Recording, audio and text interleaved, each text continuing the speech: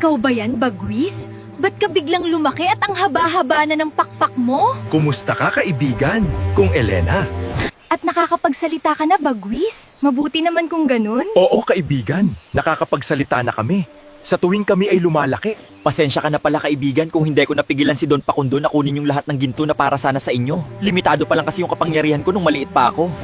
Wala yun, Bagwis. Hindi mo namang kasalanan yun. Kawawa ka nga dahil pati ikaw nadamay pa sa kagaguhan ni Don Pakundo at kinulong ka pa nila. Naawa lang ako kay Tatay Bagwis.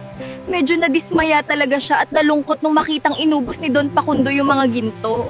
Tutulungan kitang mabawi yung lahat ng ginto na ninakaw ni Don Pakundo. Halika, sumakay ka sa likod ko at pupuntahan natin yung bahay niya. Kumapit ka ng mabuti, Elena, at tayo'y lilipad na.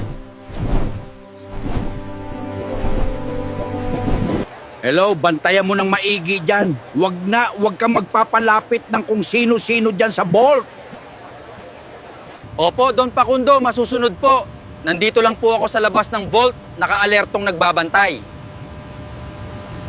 Kanya. Okay, sige. Basta mag-update ka lang sa akin parate at huwag patanga-tanga para hindi naman sayang yung pinapasweldo ko sa inyo.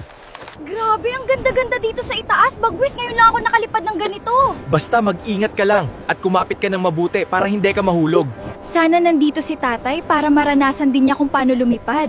Isasama natin si tatay mo sa susunod na maglakbay tayo, Elena.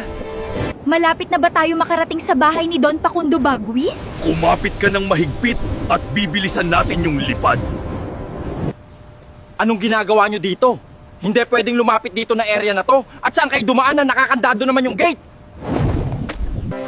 Bakit nyo kinuha yung mga ginto na hindi naman sa inyo? At saan nyo ito itinago ni Don Pakundo? Don, anong ginto na sinasabi mo? Wala kaming kinuha at tinatagong ginto dito. Umalis na kayo dito! Sinungaling kang kalbo ka! Nagmana ka talaga sa amo mo na ubod sa kasamaan at kasikiman! Dahil sa kasamaan nyo, parurusahan kita!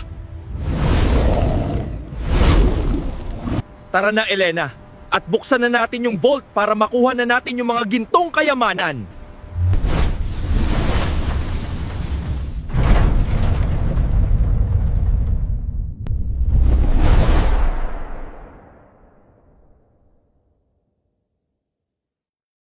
Don Pakundo, nandito po sina Elena at yung si Bagwis at pinasok po nila yung vault ngayon.